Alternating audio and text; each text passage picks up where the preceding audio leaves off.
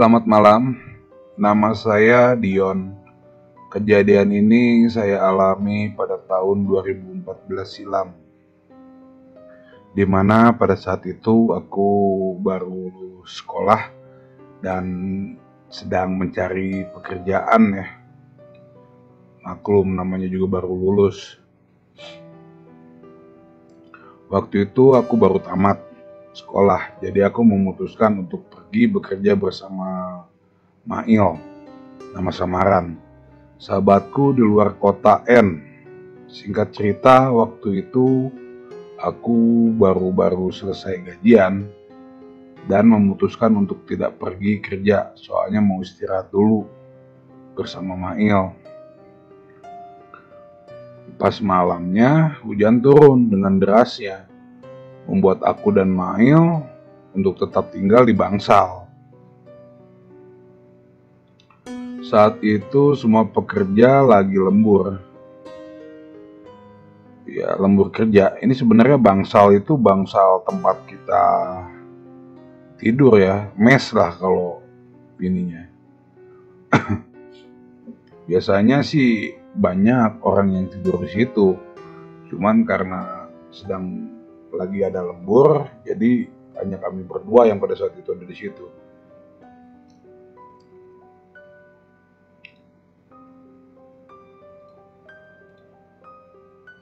Ketika aku lihat jam tanganku, pada saat itu udah menunjukkan jam 11:14 malam.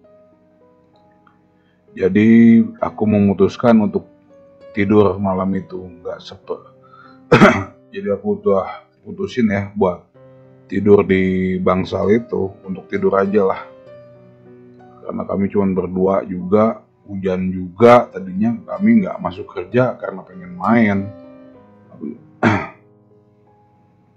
Jadi karena hujan kita nggak jadi main, ya udahlah tidur aja lah, kan pikir saya waktu itu gitu.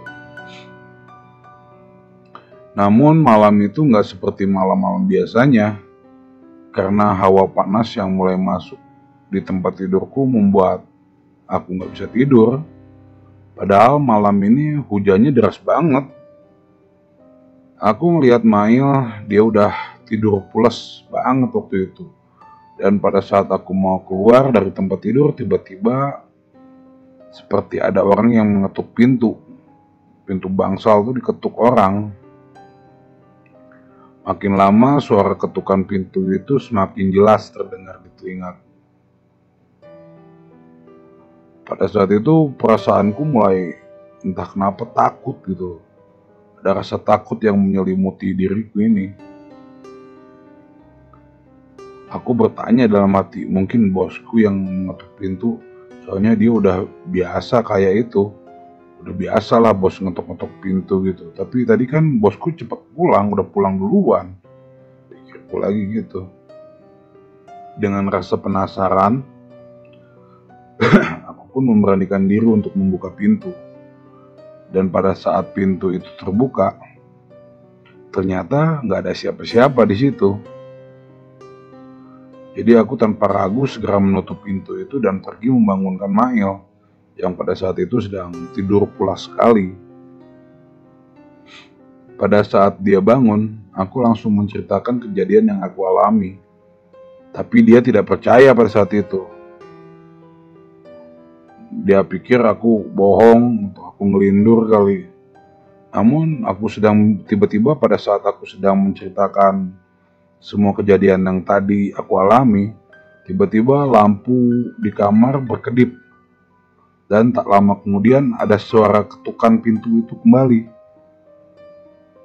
di depan pintu. Aku dan Mail pun saat itu, karena aku sudah takut ya, aku jadi menyuruh si Mail untuk membuka pintunya. Tapi yang lucunya lagi, dia kan gak percaya tadi. Tapi giliran aku suruh buka, dia malah gak mau buka. Dia gak mau buka kalau dia sendiri katanya. Katanya gak percaya tapi masih takut dia. Jadi akhirnya aku nemenin si Mail ini. Dan kita berdua membuka pintu itu bareng-bareng. Dan pada saat pintu terbuka, alangkah kagetnya saya saat melihat siapa di balik pintu tersebut. Pada saat itu, saya melihat sesosok orang yang sangat menyeramkan dengan bola mata yang bisa dibilang udah hilang. Dan lehernya pun penuh darah. Dan yang pokoknya itu udah benar-benar menakutkan lah. Dengan tangan satu, bola mata hilang, lehernya kayak penuh darah. Saya pun pada saat itu tidak bisa berkata apa-apa.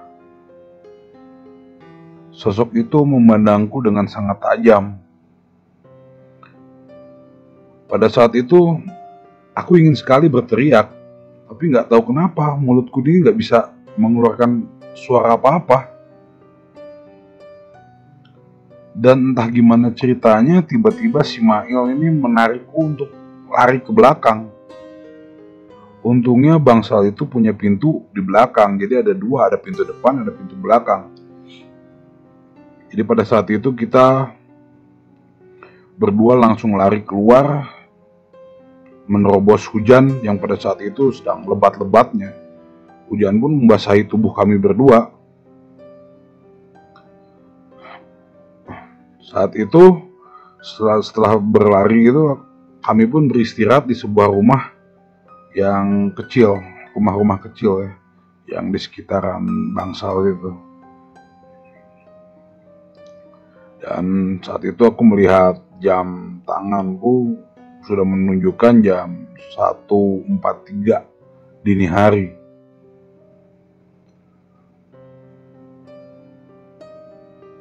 Pada saat aku ingin membuka bajuku yang basah, tiba-tiba ada sosok makhluk yang menyeramkan itu sudah ada di depanku.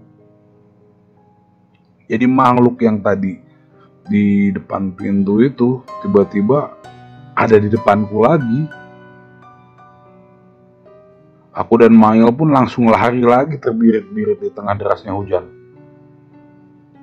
Tiba-tiba dalam pelarian kita, Mail mengatakan kita harus menuju bangsal omnya dan tidur di sana. Kita pun menuju bangsal omnya Mail. Saat aku sampai di sana, aku menceritakan semua yang terjadi pada omnya Mail. Pada saat itu, omnya Mail mengatakan memang dulunya tempat ini adalah tempat pembuangan mayat. Mendengar itu pun aku kaget. Tapi setidaknya aku udah agak tenang karena aku gak berada di tempat itu lagi dan ada omnya Mail di sini.